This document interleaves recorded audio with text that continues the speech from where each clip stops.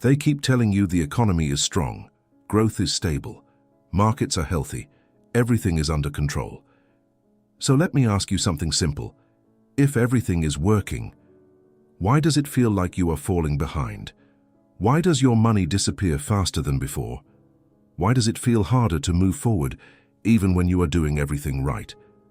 There is a contradiction here, and it is not random, because when what you feel does not match what you are told, one of those realities is not real, and the most dangerous part is this. The system does not need you to understand what is happening. It only needs you to keep believing that nothing is wrong, but something is wrong. And by the time most people see it clearly, if it is already too late, what you are about to see is not a theory. It is not speculation. It is a pattern, and once you see it, you cannot unsee it. They keep telling you the economy is strong, that growth is stable and everything is under control. You hear it everywhere, repeated with confidence, reinforced by numbers, supported by headlines. Yet something does not align. If everything is working, why does it feel like you are falling behind?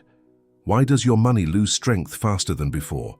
Why does progress feel slower, even when you are doing everything right? There is a contradiction embedded in this experience, and it is not accidental. When what you feel does not match what you are told, one of those realities is not real. The system does not require your understanding.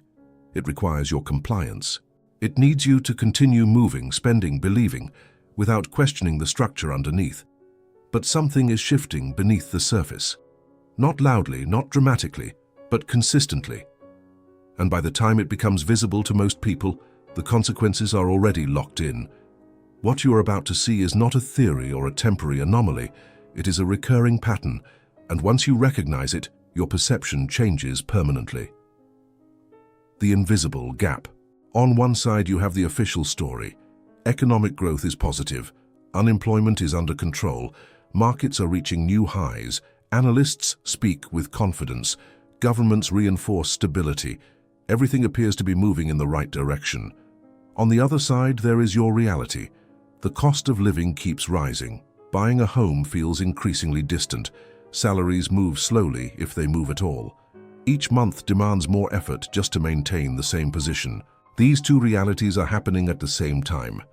And they are not supposed to, because if the system is truly healthy, the benefits should be visible in your daily life, not only in reports, not only in charts, not only in financial markets.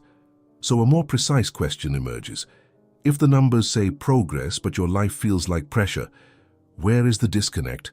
This is where most people stop. They feel the inconsistency, but they do not investigate it.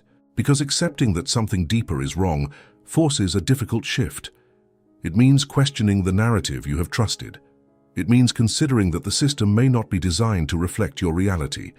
And once you begin to question that, you start moving into dangerous territory. There is a version of reality presented to you every day. It is structured, measured, and reinforced by data that suggests stability and growth. At the same time, there is a lived experience that feels increasingly constrained, where effort rises but outcomes stagnate. These two layers coexist, but they do not align. When a system is functioning properly, its results are distributed in a way that people can perceive in their daily lives. When that does not happen, the gap between perception and experience begins to widen. That gap is not just an economic anomaly, it is a signal. Most people sense this signal but choose not to follow it. Not because they are incapable, but because following it requires questioning the structure itself. It requires moving beyond the surface narrative and confronting the possibility that the system operates under rules that are not immediately visible. And once that realization begins, the entire framework starts to look different. The first crack. At first, nothing looks broken. In fact, everything looks strong. Markets are rising. Companies report profits. Credit is available. Consumption continues. From the outside, the system appears stable, even resilient. But that is exactly how fragile systems behave before they fail. Because what you are seeing is not organic strength. It is engineered stability. Look closer. Asset prices keep rising, but not because value is increasing. They rise because liquidity is being injected into the system. Money becomes cheaper, so everything becomes more expensive. Not more valuable, just more inflated. At the same time, wages do not follow the same trajectory. Productivity increases, efficiency improves, but compensation remains constrained. The system expands, but the individual does not. And then comes the final layer: credit. Whenever pressure builds, the system does not resolve it. It delays it. Easy access to credit creates the illusion of relief. You can still consume, still maintain your lifestyle, still feel functional. But what is really happening is simple. The problem is being pushed forward, accumulating in the background. This is not correction, this is postponement. And postponement has a cost, because when a system depends on constant expansion to sustain itself, it becomes extremely sensitive to interruption. It cannot slow down.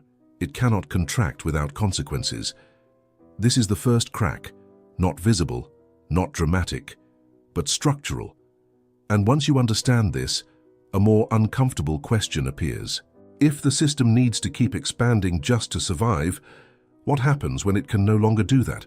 The system does not present its weaknesses in obvious ways. It masks them through performance indicators that suggest strength, while internally depending on mechanisms that increase fragility over time. Rising asset prices create the perception of growth, but much of that growth is driven by monetary expansion rather than real value creation. At the same time, the connection between productivity and compensation weakens. Individuals contribute more to the system, but do not capture proportional gains. This creates a silent imbalance that is not immediately visible in aggregate data. Credit then acts as a stabilizer, allowing consumption to continue despite underlying pressure. However, this stabilization is temporary. It shifts the burden into the future, increasing systemic dependence on continuous expansion. What appears as stability is, in reality, a structure that cannot afford to slow down. And systems that cannot slow down are not strong. They are fragile. The hidden engine. Now you are ready to see what most people never look at. This is not about inflation alone. It is not about wages, markets, or isolated policies. It is about the engine underneath everything. The system runs on one core principle: debt must grow, not occasionally, not during crises, continuously. Every time growth slows, more liquidity is introduced. Interest rates are reduced, credit expands, money becomes easier to access. And with that, the system moves again. But this movement is not neutral, because every new cycle depends on more debt than the previous one.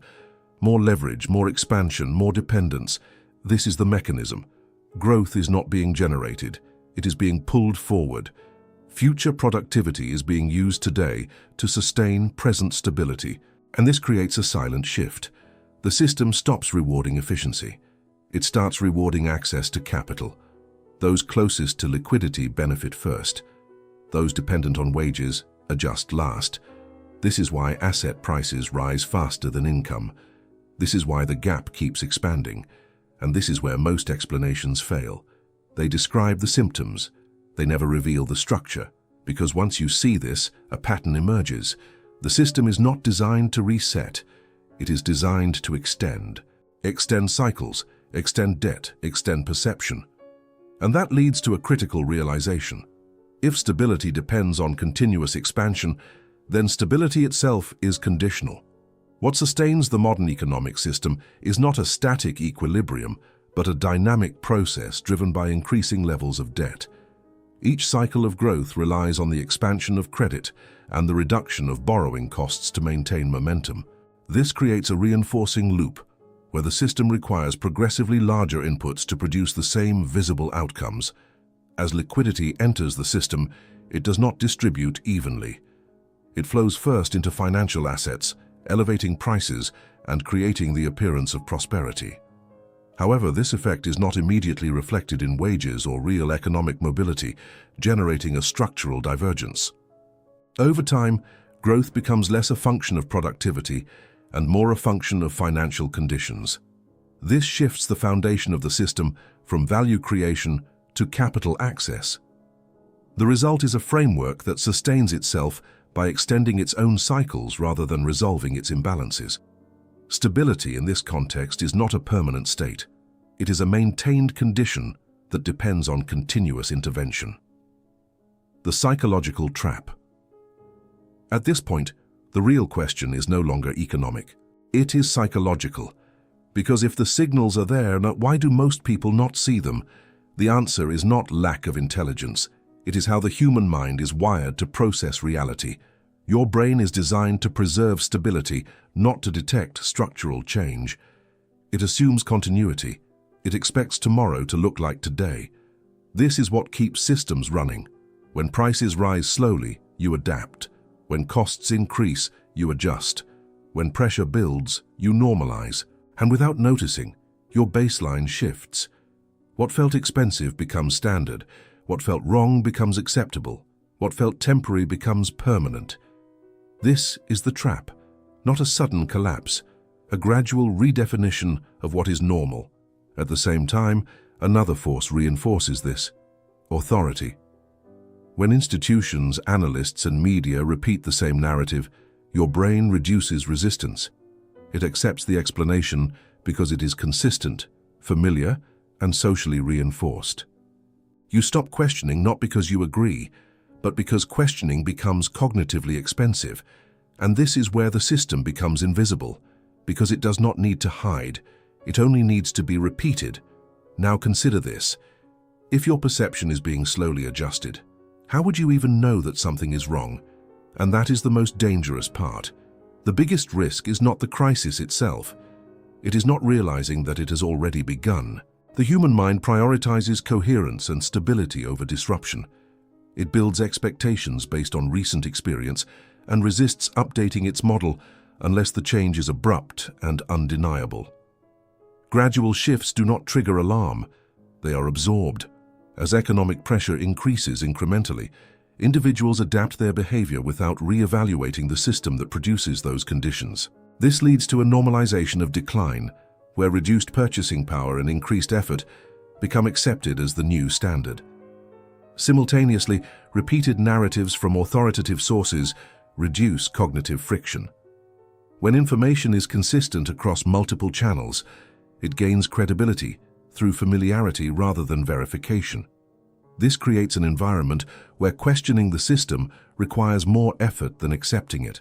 The result is a population that experiences the effects of a structural shift without recognizing its origin. The system does not need to conceal its mechanics. It relies on gradual change and cognitive bias to remain unchallenged. The control layer. Once you understand the mechanism and the psychological layer, a harder question emerges. Who benefits from this structure? Not in theory, in incentives. Because systems do not operate on intentions, they operate on incentives. Start with inflation. A persistent increase in prices reduces the real value of money over time. For individuals, this means loss of purchasing power. For those holding assets, it often means appreciation. So the system creates a divide. Those who own assets move ahead. Those who depend on income fall behind. Now look at debt. When debt expands, it does not distribute evenly. Large institutions access capital at lower costs earlier in the cycle. They deploy it into assets before prices adjust. By the time the effects reach the broader population, prices are already higher. This is not random, it is structural sequencing. Then comes the final layer: narrative control. If the system openly described itself as dependent on continuous expansion, increasing debt and gradual currency erosion, participation would change. So the message is simplified.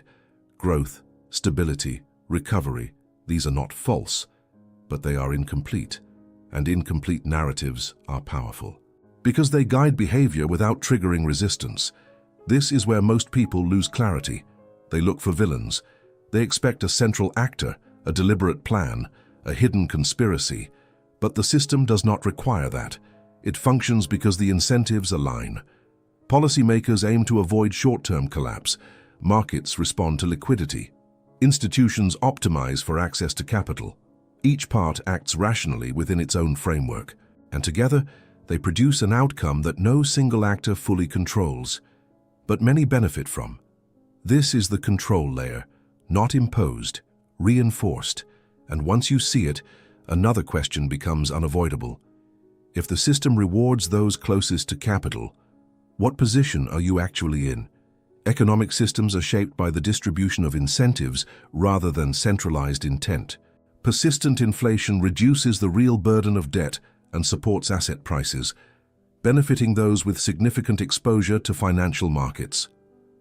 At the same time, individuals whose income does not adjust proportionally experience a gradual erosion of purchasing power. Access to capital further amplifies this divergence. Entities with early and low-cost access can allocate resources before market adjustments occur, capturing value ahead of broader price shifts. This creates a timing advantage embedded within the structure itself. Narratives play a stabilizing role by framing complex dynamics into simplified messages that maintain participation. These narratives are not necessarily false, but they omit structural dependencies that would alter perception if fully understood. The system sustains itself through aligned incentives across its participants. Each actor operates within rational constraints, yet the aggregate effect produces an asymmetry that consistently favors those with proximity to capital. Understanding this layer is not about identifying intent, it is about recognizing structure. The future shock. If this system continues exactly as it is, the outcome will not look like the crises you expect. There will be no single moment where everything collapses at once. No clear signal telling you that it has begun. Instead, it will feel like nothing is happening while everything changes. Growth will continue, but weaker. Markets will rise, but more dependent on intervention. Opportunities will exist, but concentrated. This is not collapse, it is compression, a slow tightening of economic mobility.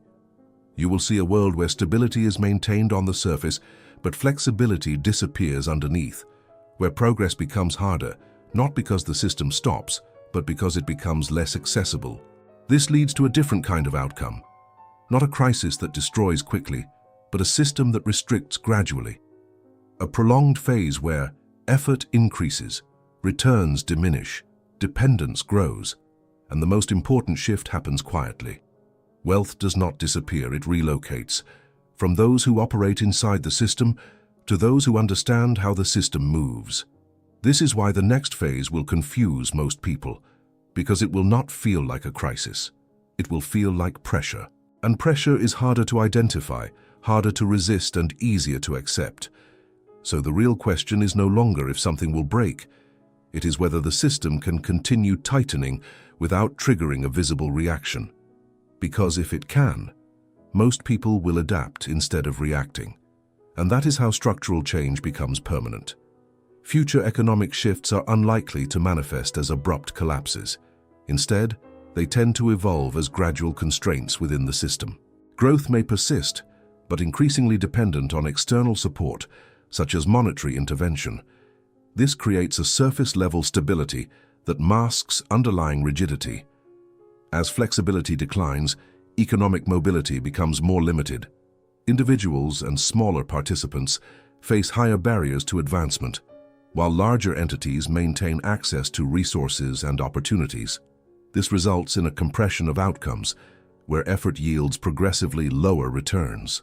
Wealth distribution does not necessarily contract in absolute terms, but becomes more concentrated. This concentration is reinforced by structural advantages in capital access and timing. Such environments are characterized not by visible crisis events, but by sustained pressure. This pressure is absorbed incrementally, reducing the likelihood of immediate systemic disruption while embedding long-term structural changes. The challenge is that gradual transformation does not trigger the same response as sudden shock. It normalizes over time, making it more difficult to identify and respond effectively. The personal impact. At this point, everything may still feel distant. System, structure, cycles, mechanisms. So bring it back to something simple. Your life.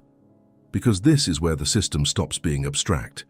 Every time your cost of living rises faster than your income, that is not random. Every time you need to work more just to maintain the same standard, that is not bad luck. Every time saving feels harder and progress feels slower, that is not personal failure. It is structural pressure translating into daily experience. The system does not collapse on you. It adjusts around you quietly. Your purchasing power decreases, but gradually. Your financial margin shrinks, but subtly. Your dependency increases, but invisibly. And the most critical part is this. You adapt. You cut expenses. You delay plans. You normalize constraints. And without realizing it, your expectations shift. What once felt like progress becomes survival. What once felt temporary becomes permanent. This is how the system integrates pressure into behavior. Not by forcing change, but by making you accept it. Now consider this. If your reality is being slowly redefined, what are you losing that you have not even noticed yet? Because the real impact is not only financial, it is psychological. You begin to think smaller. You begin to plan shorter. You begin to accept less. And that is where the system becomes most effective, not when it controls your money, but when it starts influencing your decisions. Macroeconomic structures ultimately express themselves through individual experience. Rising costs combined with slower income growth reduce real purchasing power, creating a persistent gap that individuals must compensate for through behavioral adjustments. These adjustments often involve reducing consumption, postponing long-term goals, and increasing reliance on credit or external support. Over time, such changes alter baseline expectations, shifting perceptions of what is normal or achievable. The impact extends beyond financial metrics. As constraints become embedded in daily life, they influence decision-making processes, risk tolerance, and long-term planning. This leads to a contraction in both economic and psychological scope. The system does not require explicit enforcement to produce these effects. It operates through gradual pressure that individuals absorb and adapt to, often without recognizing the underlying cause. Understanding this connection between macro structure and personal experience is essential, because it reveals how systemic dynamics shape individual outcomes. The awareness edge. Most people will not see this, not because the information is unavailable, but because recognizing it requires breaking away from the narrative they trust. And that comes with a cost. It creates discomfort. It creates uncertainty. It forces you to question assumptions that once felt stable. So most people do not go there. They stay inside the explanation that feels safe. They wait for confirmation. They react only when the change becomes obvious. But by then, the advantage is gone. Because in systems like this, timing is everything. Those who understand early do not just see differently, they position differently. They stop interpreting surface signals as reality. They start looking at structure. They stop reacting to headlines. They start anticipating patterns. And that creates a gap, not of intelligence, but of awareness. This is the invisible advantage. You do not need to predict every move. You do not need to control the system. You only need to recognize how it behaves. Because once you see the pattern, your decisions change. You become less reactive, less dependent on narratives, less exposed to gradual erosion, and more aligned with how the system actually operates. Now understand this clearly. The majority will continue operating as if nothing has changed. They will adjust slowly. They will notice late. And that delay is not neutral. It transfers value from those who react to those who understand. So the real question is not whether this system will continue. It is whether you will keep interpreting it the same way or start seeing it for what it is.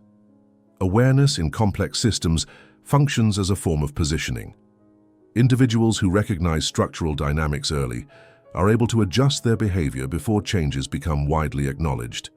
This creates a temporal advantage that compounds over time. Most participants rely on surface-level indicators and delayed confirmation, which leads to reactive decision-making. In contrast, those who focus on underlying patterns develop a forward-looking perspective, reducing dependence on external narratives. This divergence is not based on access to exclusive information, but on interpretation. The same signals exist for everyone, but their meaning is not equally understood. As a result, awareness becomes a differentiating factor that influences outcomes. It shapes how individuals allocate resources, manage risk, and respond to evolving conditions. In systems driven by gradual change, early recognition is not just beneficial, it is decisive. Final reveal. You were never meant to see this as a crisis, because if it looked like a crisis, you would react, you would question, you would resist, you would change your behavior. So it does not present itself that way. It presents itself as normal, as gradual change, as small adjustments, as something you can adapt to. And that is why it works. This is not a collapse. It is a transition, a slow reconfiguration of how value is created, distributed, and perceived. No alarms, no breaking point, no single event to point to. Just a sequence of changes that, taken individually, feel manageable, but together reshape the entire system. And by the time most people realize what has happened, they are already inside the new structure, operating under different rules, with less flexibility, with fewer options. This is the final shift. The crisis is not coming. It is already here, not as an explosion, but as a silent transformation. And once you see it this way, one thing becomes clear. The question is no longer what will happen next. The question is how you choose to operate, now that you understand. The concept of crisis is often associated with abrupt disruption, visible breakdown, and immediate consequences. However, structural transformations in complex systems rarely follow that pattern. They unfold incrementally, redistributing value and altering constraints without triggering a single identifiable event. This gradual process reduces the likelihood of collective reaction as each individual change appears manageable in isolation.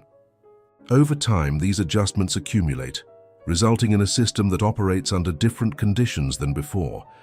Participants who do not recognize this transition continue to behave according to outdated assumptions, which limits their ability to respond effectively. In contrast, those who identify the shift early can adapt their strategies to align with the new structure. The critical insight is that the absence of a visible crisis does not indicate stability. It may indicate transformation. Understanding this distinction changes how future developments are interpreted and how decisions are made within the system.